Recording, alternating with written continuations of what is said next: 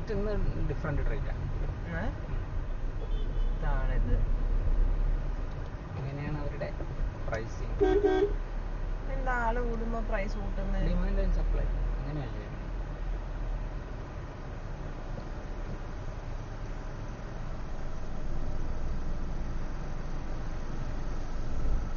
7,000 ഒക്കെ ആക്കുമോ? 5,000 തന്നെ ആക്ച്വലി കൂടുതലാണ്.